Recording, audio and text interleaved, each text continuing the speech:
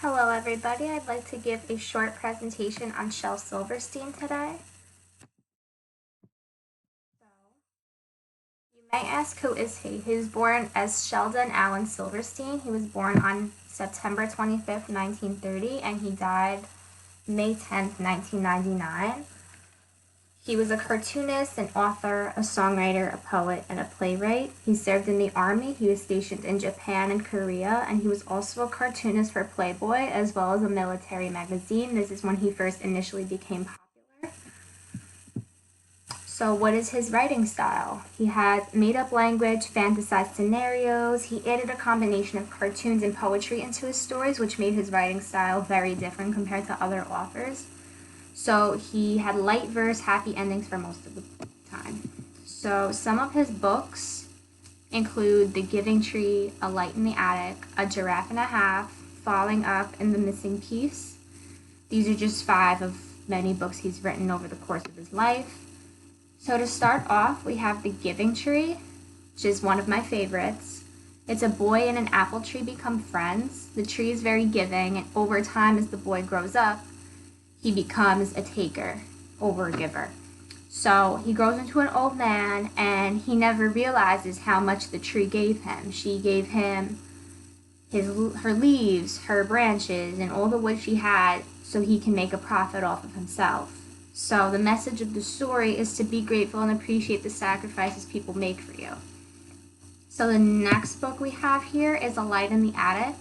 I personally never read this one, but I looked it up. It's a series of poems and drawings in one book.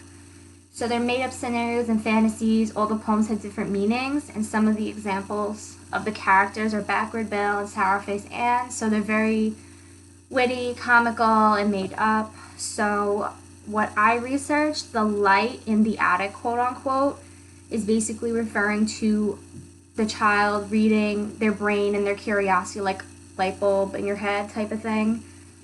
So the next book is A Giraffe and a Half. So this is filled with witty, ridiculous rhymes such as a bee on the knee or glue on the shoe, which would be fun for students to read about. So the giraffe in the story gains all these things in the rhyme and sequence. It all goes in order, and only to lose them again. So it's like the Hungry Caterpillar, where everything goes in order and then they repeat the order. So it basically teaches the student about repetition.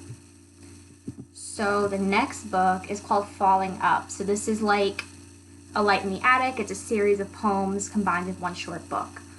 So it combines alliteration and rhymes such as Alison Beals and her 25 Eels and Danny O'Dare, etc. for a fun, quick read for young children. The last one I have is called The Missing Piece. I personally like the meaning of this one. It inquires questions about the nature of happiness. So the main character is a circle. It finds its missing piece that he has been longing for and looking for. He grows unhappy because he's not able to enjoy the things he used to do because he has this extra piece. He can't do what he used to, perhaps. So the message of this story is appreciate what you have, stop looking further, and enjoy the moment.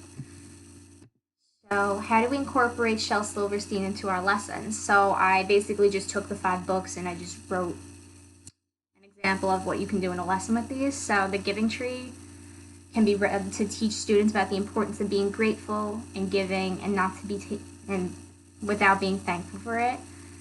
This book teaches students to be empathetic and more caring towards others. A Light in the Attic and Falling Up, those 2 short poetry books, can be used to teach students about the structure of a poem and simple parts to a story, such as characters and conflict, while the students are enjoying a fun story. The Missing Piece can be used to teach students to be happy with what they have and to not grow tired looking for something that isn't there. The Giraffe and a Half is a great way to teach students about repetition and remembering parts from a story. And that is all I have today. Thank you for listening.